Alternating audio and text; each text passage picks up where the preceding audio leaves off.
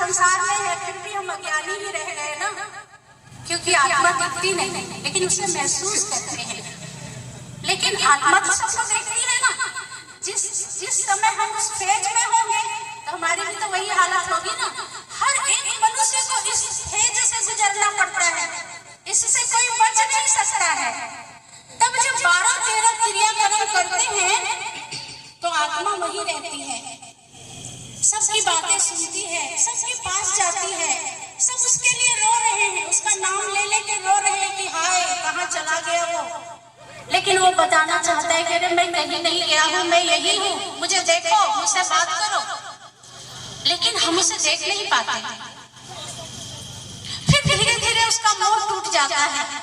कभी कभी आत्मा क्या करती है, अपनी बात कहने के लिए कि ये मेरे लिए रो रहे हैं तो मैं इनको बता दूं कि मैं यही हूँ, मैं मरा नहीं हूँ, भले मेरा शरीर जल गया, तो किसी में वो प्रवेश हो जाती है। प्रवेश करके बोलने लगती है मैं फलाना हूँ, तो लोग क्या कहते हैं, डर गया है, डरा दिया गया है इसको, भूत ने इसको पकड़ लिया है, ऐसे कहते हैं ना। अब कहते हैं कि तुम क्यों आया, भागो यहाँ से। अब उसको भगाने लगते हैं। अभी तो उसको बुला रहे थे, अभी उसको बुला रहे थे कि हे भगवान कहीं से एक बार आ जाता, बस एक बार उसको देख लेके भगवान कहीं से आ जाता। अब वो आ गया है, कहता है तुम ही तो मुझे बुला रहे थे इसलिए मैं आ गया। तब उसको भगाते हैं, कहते जाओ यहाँ क्यों आए। और अगर वो सीधे तरीके से नहीं भागता तो उसको मिर्ची सुंघाते हैं, परेशान करते हैं, घर बंदी कराते हैं, घर से निकाल देते हैं। तब आत्मा को महसूस होता है कि मेरे ही घर से मुझे निकाल दिया गया, मैंने ये घर बनाया, इन परिवार वालों के लिए मैंने क्या क्या नहीं किया। आज कोई नहीं मुझे पूछता है, मेरा कोई नहीं है। शरीर छूटा तो मित्र संबंधी सब छूटे, एक पल में कितना बदल जाता है सब कुछ। अब आत्मा का मोह टूट जाता है। अब आत्मा के साथ कुछ भी नहीं है, कोई भी उसका साथी नहीं, कोई उसके साथ देने के लिए तैयार नहीं है। आत्मा के साथ उसके कर्म है, उसके पाप और पुण्य कर्म, दो प्रकार के कर्म है। अब ये पाप और पुण्य कर्म उसको डिसाइड करते हैं कि उसका कैसे घर में जन्म लेना है। बहुत लोग ये भी सोचते हैं कि नहीं, मनुष्य मर जाता है तो कुत्ता बिल्ली और किस घर में जन्म ले लेता है। नहीं, मनुष्य का जन्म मनुष्य में ही होता है, अपने कर्मों के हिसाब से उसका जन्म होता है। अच्छे कर्म करेगा तो अच्छे अमीर परिवार में, नहीं तो गरीब परिवार में उसको जन्म लेना पड़ता है। लेकिन मनुष्य का जन्म हमेशा मनुष्य में ही होता है। मनुष्य कभी 84 लाख योनियों में नहीं भटकता है, मनुष्य सिर्फ 84 जन्म लेता है। लख 84 शास्त्रों में लिखा था, तो बाद में उसको 84 लाख कर दिया गया। लेकिन 84 लाख योनियों में हम नहीं भटकते हैं। अगर 84 लाख योनियों में भटक कर एक बार मनुष्य बनते हैं तो मनुष्य जीवन में कोई दुख नहीं होता, तो कोई भिखारी क्यों बनता, वो भीख क्यों मांग रहा है, जब तो उसने सारे पाप तो काट लिए हैं इतनी योनियों में भटक के। तो मनुष्य जीवन में ही रह के हमें अपने कर्मों को भोगना पड़ता है, तो बार बार हम मनुष्य बनते हैं। आप लोग जो साइंस की नॉलेज रखते होंगे, आपको पता होगा कि आजकल एक ऐसी टेक्निक निकली है जिसको कहते हैं हिप्नोटिक रिग्रेशन, जिससे कोई भी अपने पूर्व जन्म में जा सकता है। तो अगर कोई भी अपने पूर्व जन्म में जाता है तो यही पाया गया कि वो पिछले जन्म, उसके पिछले हर जन्म में वो मनुष्य ही था। अमेरिका में एक ऐसा इंस्टीट्यूट है जो पुनर्जन्म पर शोध कर रहा है और इसने लाखों लोगों पर शोध किया है, तो यही पाया कि मनुष्य हर जन्म में मनुष्य ही बनता है। ये बहुत बड़ी भ्रांति थी कि एक ही जन्म मनुष्य बनेंगे, खाओ पियो जो करना है करो, जो जी में आता है कर लो।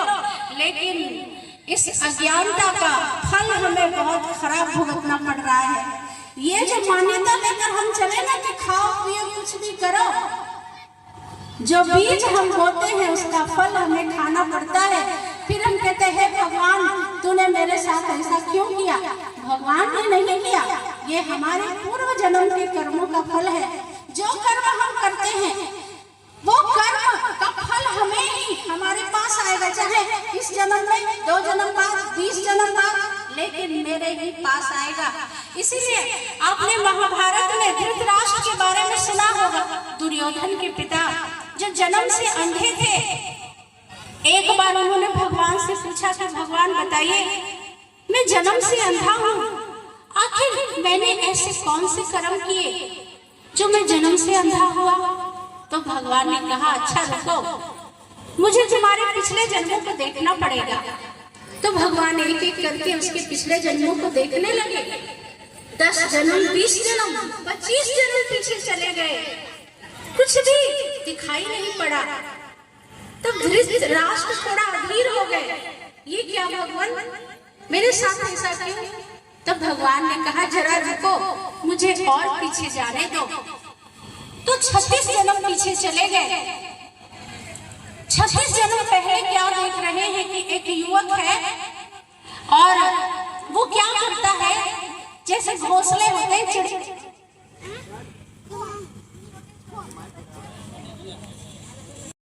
उन्होंने देखा कि एक युवक है और वो पेड़ में जो घोंसले होते हैं, चिड़िया के छोटे छोटे बच्चे होते हैं, वो घोंसले में हर बच्चे को निकालता और सबकी आंखें फोड़ देता और फेंक देता। फिर जहाँ घोंसला देखता उसमें छोटे छोटे बच्चे होते, उसको निकालता, उनकी आंखें फोड़ता और उनको फेंक देता। ये जैसे उसको इसमें आनंद आ रहा था। तब भगवान ने कहा, धृतराष्ट्र, ये युवक कोई और नहीं, तुम ही हो। 36 जन्म तक तुम्हारा ये पाप उदय नहीं हुआ। क्यों? तुम्हारा पुण्य इतना जमा था कि इस पाप को दबा रहा था। लेकिन जैसे ही तुम्हारा पुण्य क्षीण हुआ, वो उस जन्म का पाप इस रूप में तुम्हारे जीवन में आया। तो कहने का मतलब है, जैसे 100 गाय यहाँ खड़ी हो और एक गाय के बछड़े को यहाँ छोड़ दिया जाए, तो वो 100 गाय के बीच में ढूंढते ढूंढते अपनी माँ के पास चला जाएगा। उसी प्रकार से कर्म का जो फल है ना, वो अपने कर्ता को ढूंढते ढूंढते उसी के पास जाके गिरता है। इतना एक हर कर्म का फल है। इसीलिए मनुष्य को बहुत सोच समझकर कर्म करना चाहिए। दुख देंगे तो दुख पाएंगे पक्का, सुख देंगे तो सुख पाएंगे। आज की दुनिया में तो लोग दूसरे को दुख देकर ही सुख पाते हैं। आज वो जमाना आ गया है, तो मनुष्यों का कितना नैतिक पतन हो गया है। तो सबसे पहले स्वयं को जानना कि हम आत्मा है। जैसे आत्मा का यह शरीर समझिए कि ड्रेस है, और मृत्यु क्या है? ड्रेस और एड्रेस बदलना। तो ड्रेस, आत्मा अपना ड्रेस और एड्रेस बदल लेती है, यही मृत्यु है। लेकिन आत्मा मरती नहीं, आत्मा वही रहती। हम कल भी थे, आज भी हैं और कल भी रहेंगे, सदा से हैं। हम उस परमात्मा की अमर संतान हैं। हम कभी मरते नहीं। हम पाठ बजाने के लिए यहाँ आए हैं। इसीलिए कहा जाता है, जाता नहीं है कोई दुनिया से दूर चल के, मिलते सभी यहाँ पर कपड़े बदल बदल के। तो हम सब मिलते ही रहेंगे, अलग अलग ड्रेस से और अलग अलग एड्रेस से। ड्रेस और एड्रेस अलग था, लेकिन हम वही थे। तभी तो पहचान लेते हैं, कहते हैं कि पता नहीं इनसे मिलने के बाद क्यों हमें ऐसा लगता है कि हमने इन्हें कभी देखा है। इस जन्म में नहीं देखा होगा, किसी और जन्म में देखा होगा, क्योंकि हम मिलते ही रहते हैं। इसी तरह से जब हम कहते हैं कि हम परमात्मा के बच्चे हैं, तो परमात्मा के बच्चे हम कैसे हैं? जैसे यहाँ यज्ञ हो रहा है और शिव मंदिर का यहाँ प्राण प्रतिष्ठा किया गया, तो सबसे पहले भाइयों और बहनों, हम आज ये जानेंगे कि परमात्मा शिव की बायोग्राफी क्या है। परमात्मा शिव कौन है? परमात्मा शिव का सत्य परिचय क्या है? सबसे पहले ये समझना है कि सारी दुनिया को रचने वाले परमात्मा एक है, ईश्वर एक होता है। एक समय ऐसा था जब संसार में सभी एक ईश्वर को ही याद करते थे, लेकिन पहले एक ईश्वरवाद था, फिर धीरे धीरे अनेक ईश्वरवाद हो गया। आज हमारे हिंदू धर्म में ही हम अनेक ईश्वर को मानते हैं, लेकिन सबसे पहले ये समझना है कि परमात्मा एक है और वो शिव है। शिव ही सभी के परम पिता परमात्मा है। बाकी राम, कृष्ण, लक्ष्मी, नारायण, गणेश, हनुमान, ये सब देवी देवताएं हैं, ये सब भगवान नहीं है। हम सभी को भगवान कहते हैं, लेकिन नहीं, ये देवी देवताएं हैं, ये जन्म लेते हैं, मृत्यु को प्राप्त करते हैं, लेकिन परमात्मा कभी मृत्यु को प्राप्त नहीं करते। शिव परमात्मा कभी मृत्यु को प्राप्त नहीं करते, उनका दिव्य अवतरण होता है।